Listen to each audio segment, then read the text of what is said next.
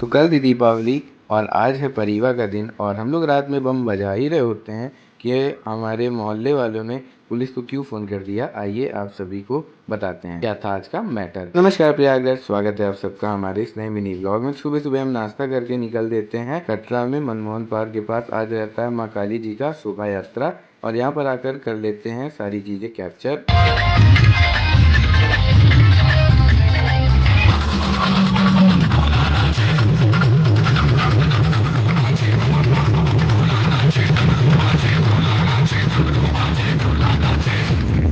ये सारी चीज़ें कैप्चर करने के बाद मैं निकल आता हूँ भैया घर के लिए और आप लोगों को दिखाता हूँ मेरी बहन कितनी अच्छी लग रही होती है बर्तन धुलते हुए।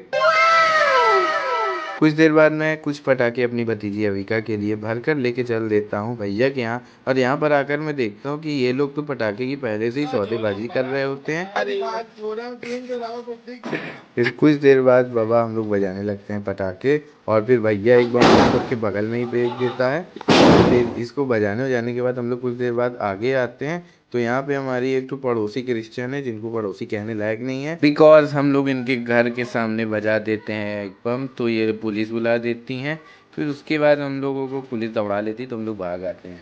तो भैया फिर ये सब मैटर खत्म हो गया। तो गाइस अभी हम लोग पटाखा बजाने निकले थे तो मैटर हो गया था। उसके बाद अब हम लोग पटाखा नहीं बजाए, अब हम लोग जा रहे नाइट आउट मारने।